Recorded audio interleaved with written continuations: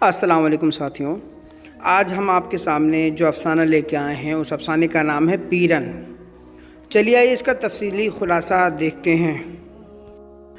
افسانہ پیرن کے اہم کردار: منٹو جو راوی ہے اور نیریٹر بھی ہے، کہانی سنانے والا جو ممبئی کے غریبانہ دنوں میں اپنے دوست برج موہن کے ساتھ ایک ہی کھولی میں رہتے ہیں۔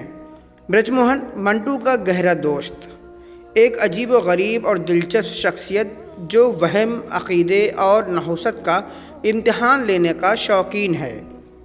پیرن ایک پارسی لڑکی جو بظاہر معمولی شکل و صورت کی ہے، لیکن برج موہن کے خیال میں وہ سخت نحس یعنی منحوس ہے۔ پیرن کا دوست آشنا، پیرن کی پسند کا لڑکا جو اسٹوڈیو ڈیکلی میں فوٹوگرافر کام کرنے والا ہے اور کراس ورڈ پزل حل کرنے کا شوقین ہے۔ سیٹھ نانو بھائی، ڈائریکٹر جو برج موہن کی فلمی دنیا میں پہلی ملازمت یعنی اسسٹنٹ دیتے ہیں۔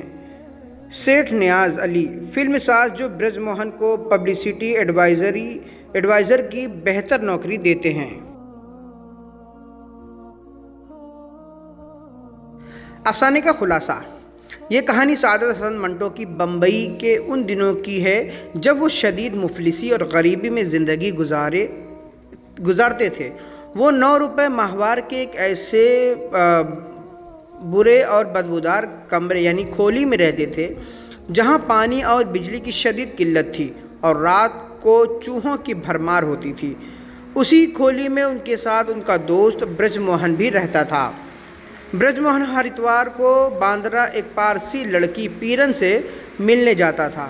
برج موہن کے دل میں پیرن کے لیے کوئی محبت یا روحانی جذباتی تعلق نہیں تھا، بلکہ اس کا پختہ عقیدہ تھا کہ پیرن ایک انتہائی نحس لڑکی ہے۔ برج موہن کا ماننا تھا کہ جب بھی وہ پیرن سے ملتا ہے اس کا کوئی نہ کوئی بڑا نقصان ہوتا ہے یا اس کی نوکری چلی جاتی ہے۔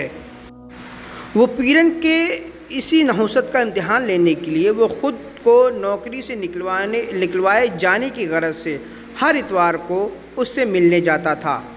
پیرن سے ملنے کے دوران برج موہن دن بھر پیرن کی محبوب کے لیے کراس ورڈ پزل یعنی معمے کو حل کرتا رہتا تھا تاکہ وہ انعام جیت سکے، حالانکہ خود ان انعامات میں سے کچھ نہیں لیتا تھا۔ واقعات کا موڑ: پہلی ملازمت: برج موہن جب کئی بار پیرن سے ملا تاکہ اس کی نوکری چھوٹ جائے تو خلاف توقع اسے سیٹھ نانو بھائی نے 250 روپے ماہوار پر اپنا اسسٹنٹ رکھ لیا۔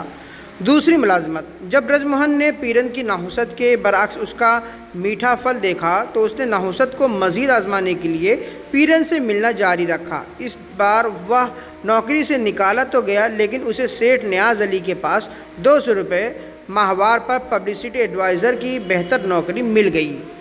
عجیب کشمکش: برج موہن جتنی بار پیرن سے اس نیت سے ملتا کہ وہ تباہ و برباد ہو جائے گا، قدرتی طور پر اس کی حالت اور بہتر ہوتی چلی گئی اور اس کے دل خوشحالی میں گزرنے لگے۔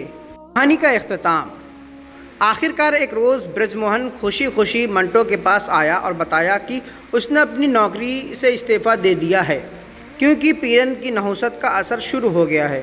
لیکن اگلے ہی دن جب وہ دفتر سے واپس لوٹا تو وہ سخت مایوس اور اداس تھا۔ وجہ یہ تھی کہ جب اس نے سیٹھ نیاز علی کو اپنا استعفیٰ پیش کیا تو سیٹھ نے اس کا استعفیٰ قبول کرنے کے بجائے مسکرا کر اس کے ماہوار تنخواہ 200 روپے سے بڑھا کر 300 روپے کر دی۔ برج موہن افسردہ ہو کر بولا کہ پیرن سے اس کی دلچسپی اور نحوست کا پورا مشغلہ ہی ختم ہو گیا ہے، کیونکہ وہ جس نحوست کے ذریعے اپنی زندگی کا امتحان لے رہا تھا وہ حقیقت میں اس کے لیے خوش بختی ثابت ہو رہی تھی۔ یہیں پر ہمارا افسانہ مکمل ہوتا ہے۔ آئیے سوال و جواب کو دیکھ لیتے ہیں۔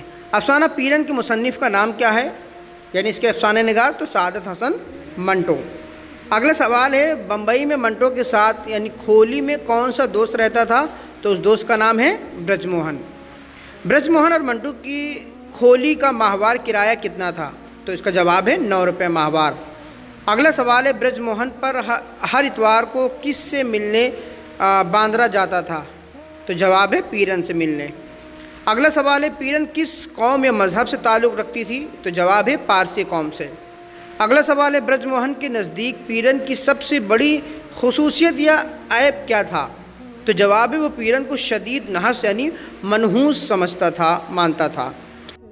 سوال ہے برج موہن پیرن کے پاس جا کر دن بھر کیا کام کرتا تھا؟ تو جواب ہے پیرن کی آشنا دوست کے لیے کراس ورڈ پزل یعنی معمے کو حل کرتا تھا۔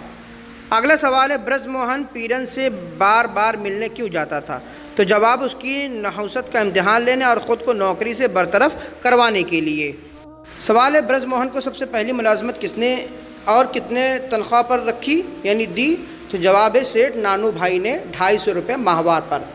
اگلا سوال ہے سیٹھ نیاز علی نے برج موہن کو کس عہدے پر فائز کیا تھا؟ تو اس کا جواب ہے پبلسٹی ایڈوائزر کے عہدے پر۔